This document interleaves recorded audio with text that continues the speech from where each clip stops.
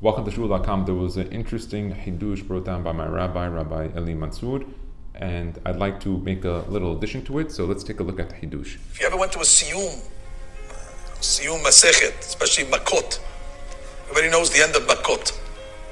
Gemara says over there that Rabbi Akiva and his friends were walking by the place where the destruction of the temple took place, in Jerusalem.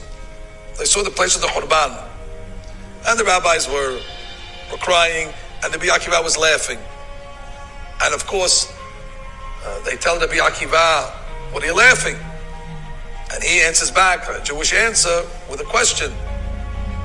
"Why are you crying?" "Why are we crying?" This is the place where the Kohen Gadol used to come out of the Holy of Holies, the Kodesh Kodashim. Ve'achshav shu'alim elechu bo.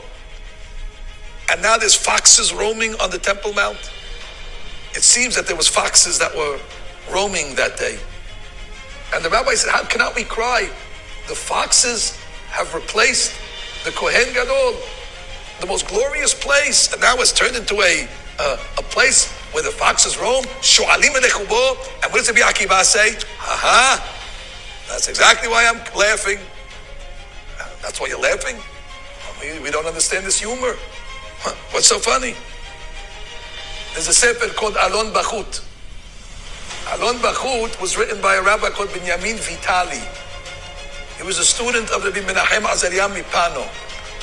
And in that sefer, Alon Bachut, he explains this Gemara in the following way. He said that the concept of Shu'alim, if you take the word Shu'alim, Shin, Vav, Ayin, Lamed, Yud, and Mem, it's the exact letters of Yishmael. And therefore, Rabbi Akiva said, Shu'alim elechu bo. Yes, I see Shu'alim. I see what Yishmael is going to do over here on the Temple Mount. Already Rabbi Akiva saw this argument, that they're going to claim that it's theirs, and the Grand Mufti and Jordan and all the rights that they believe that it's their holy place. This is Shu'alim elechu bo. That's what's going to happen as a result of the destruction. Shu'alim is Yishmael. We saw it. But Rabbi Akiva laughed. And Rabbi Akiva said, this is temporary. Because the Torah tells us that when Mashiach comes, Mashiach, they refer to him as Ani. Ani is an impoverished one, humble one. Verochev al hamor. But he's going to come riding on a donkey.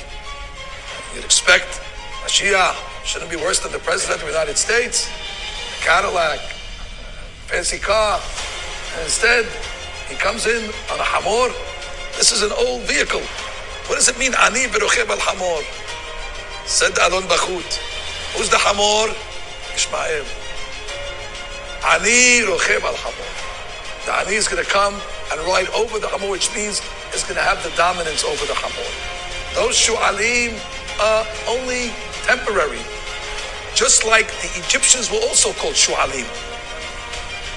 When the Egyptians wanted to find the Jewish babies that were hiding, the parents were hiding them because they wanted to save them from the Egyptian decree. So the Egyptians brought in little babies, and the babies would start crying, and the babies that the Jewish people were hiding would hear babies crying, and they would start crying, and that's the way they exposed them. And Shlomo Melech says regarding that story, Ehezulanu Shu'alim, little foxes, those little baby Egyptians were called Shu'alim. Shu'alim, Shu'alim. Says Alon Bachut, the two Shu'alim. Mitzrayim is called Shu'alim, and the children of Mitzrayim, Hagar is also Mitzrayim. She's an Egyptian woman. Her child is also called Shu'alim, Yishmael. But just like we got saved from that Shu'al, we're going to get saved from this Shu'al. And Ga'alti etchem ha'arit kereshit. And our claims that nobody should have any doubt, it's clear as day, unless you want to change the narrative, unless you want to change the story, and you want to change the names. You want to make what the Gemara calls an ipuch. But if you keep everything like we have it, which is the way it was given over, Yishmael is told, you cannot see, you don't have a claim on it, you have a very temporary, animalistic right to it, you don't have a deep spiritual right to it. Therefore, Shevu Lachem Po, that's Abraham saying, It's Yitzhak and it's not Yishmael. So this was the clip that was from iTorah. Great clip by the rabbi, but I always want to take a look because if anyone added up the gimatrias, they'll find that they don't work. So let's take a look at that and we'll figure out and make it all work.